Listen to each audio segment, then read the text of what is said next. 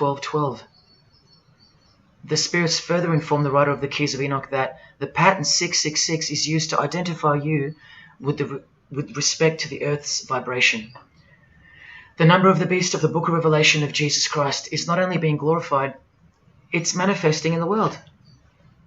And from another illustration from the book, once again, the same image we see being used over and over with the eye on top of the pyramid.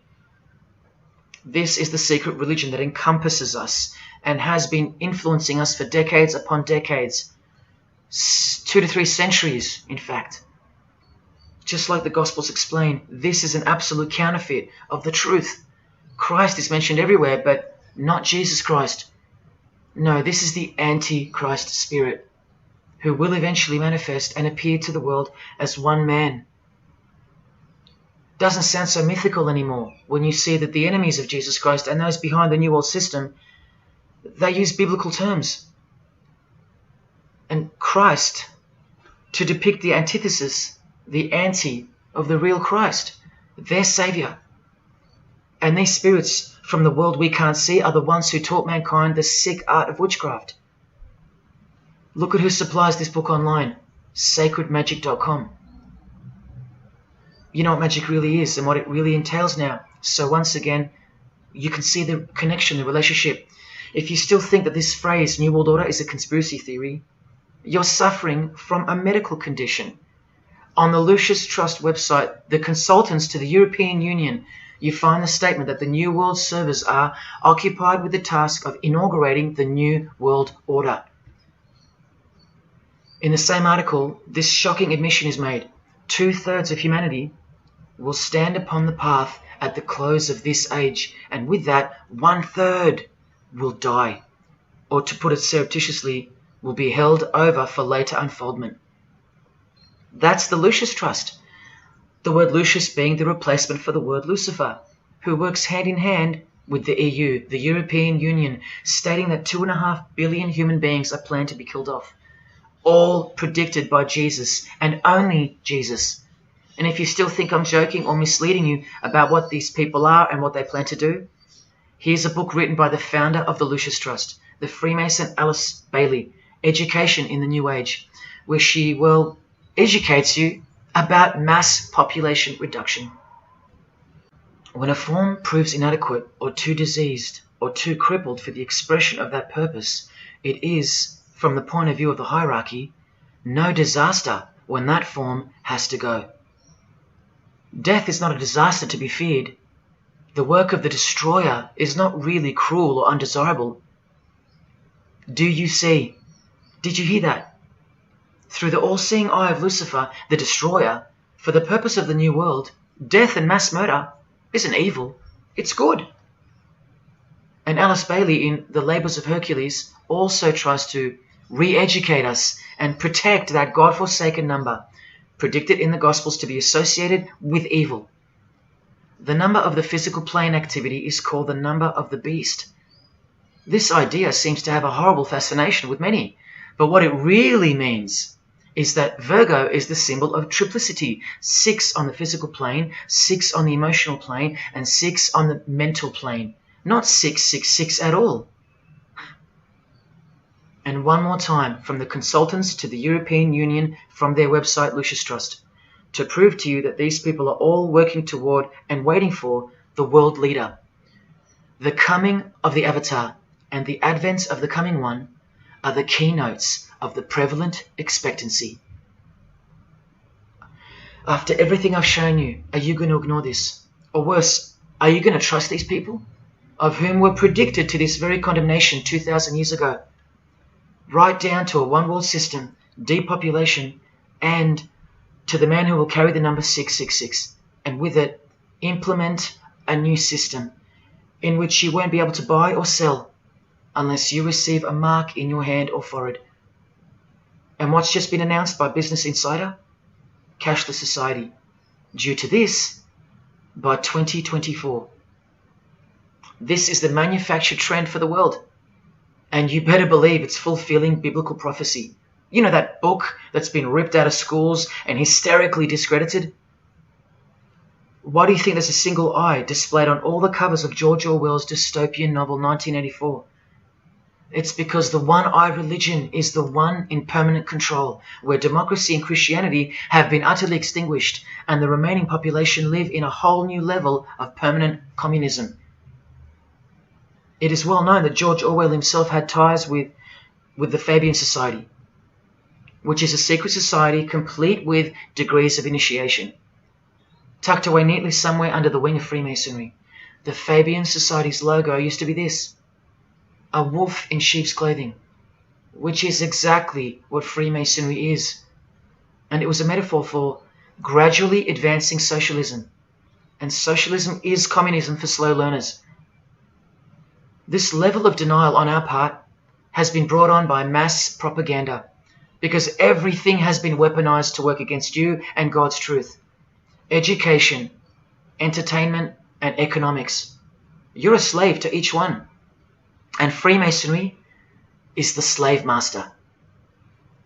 Listen to the Grand Pontiff of Universal Freemasonry tell you about it in Morals and Dogma. The blind force of the people is a force that must be economized and also managed as the blind force of steam. You are just blind energy to them, made to be enslaved. This force must have a brain. Who do you think the brain is?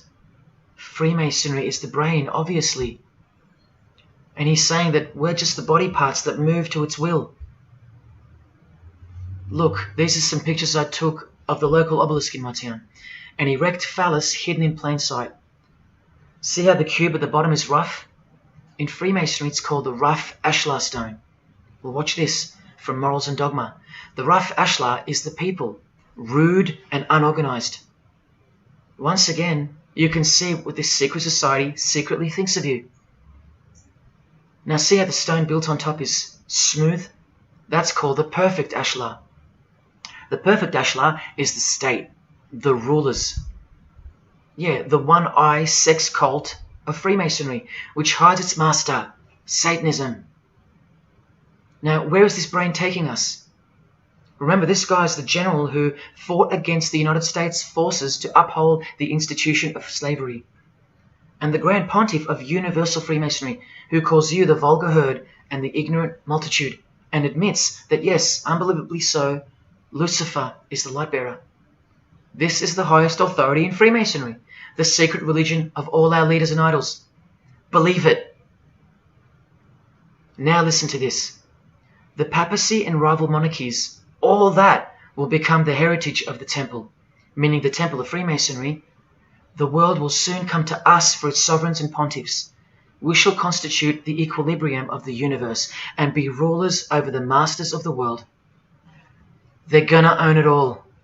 And it's true, the papacy and the monarchy have fallen into their hands. All Freemasons now. This is a 150-year-old book, so you can see how far ahead they plan, while we stay ignorant. How do you suppose that they won't achieve the New World Order? The New World Order of death. Of combined and systematic movement and effort, the great revolution prepared for by the ages will begin to march. The future is all planned for by them, and the revolution prepared for by the ages is coming, and it'll look like a natural occurring event, just as current events seem natural. Lastly, from his other book, Legenda, and reading from the ancient and accepted Scottish rite of Freemasonry, Albert writes, "And thus the warfare against the powers of evil, meaning Christianity, that crushed the order of the temple in the 1300s, goes steadily on, and freedom marches ever onward toward the conquest of the world." The conquest of the world, guys. And this is their method. Ingenious as it is, the double-headed eagle, the left and right paradigm. Whether you are pro-abortion or life, prefer Macca's or KFC, Ford or Holden, vote Liberal or Labour, shop at Coles or Woolies, go for the Parramatta Eels or the Canterbury Bulldogs, always the two most opposing forces, the result always feeds the one belly. The two heads always serve the same Masonic beast. Do you get it? That's number one. Number two is the horribly magnificent motto of their double-headed eagle, Ordo ab Cao. That means order out of chaos. It's the ultimate way to achieve your sinister goals while looking like a hero. With one hand, they create beautiful and noble things. With the other hand, the hidden hand, they destroy and pervert. Then the helping hand comes back in to save or fix things again, alternating from one to the other, while nudging toward a predetermined goal, until finally reaching that goal that's set in mind in the first place. All the while, you never knew that the same hand that's saving you is the same hand that was destroying you in the first place. Order out of chaos. Their order out of their chaos. Another way to look at it is this. Z creates or exploits a problem, then attributes blame to others. Y reacts by asking Z for protection and help to solve the problem. Z offers the solution that was planned for by them long before the crisis occurred. Ordo ab chaos, order out of chaos. Now you can change Z and Y to suit any scenario. For example, your best friend who wants to sleep with you creates or exploits a problem, then attributes blame to others. You react by asking your best friend who wants to sleep with you for protection and help to solve the problem. Your best friend who wants to sleep with you offers the solution that was planned by them long before the crisis occurred. Each time your best friend gets closer and closer to you until eventually they're in your bed.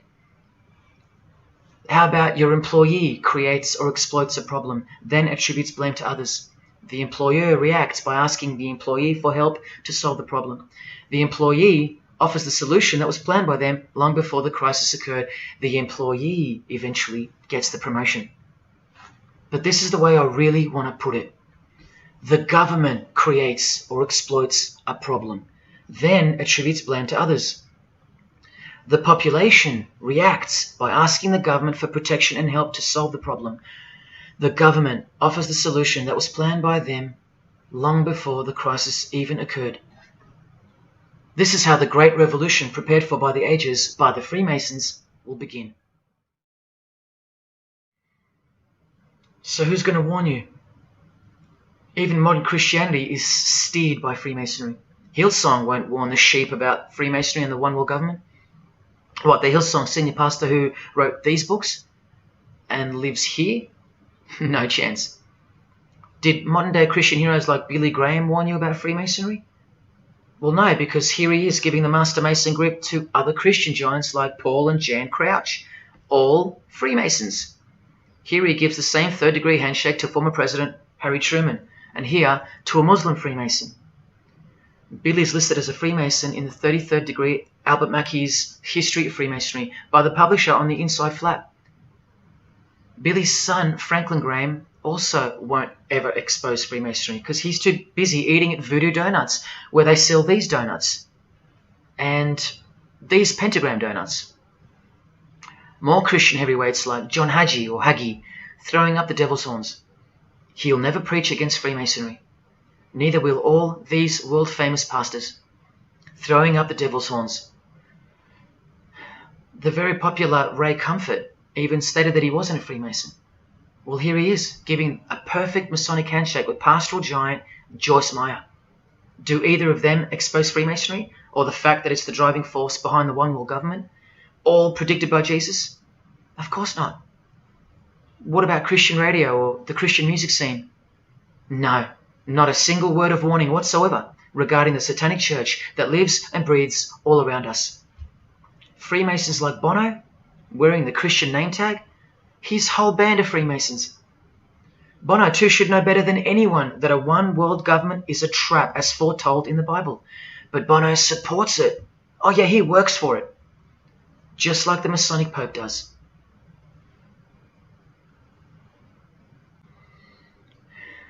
Even if by some freak chance they didn't know any better. No disciple of Jesus can bend their knee to another man in the Masonic Lodge, calling him master and swear to keep secrets. Look what they call each other from the Encyclopedia of Freemasonry. Master Mason, Grand Master, Most Eminent Grand Master, and the most appalling title of all, Most Worshipful Master. Most worshipful.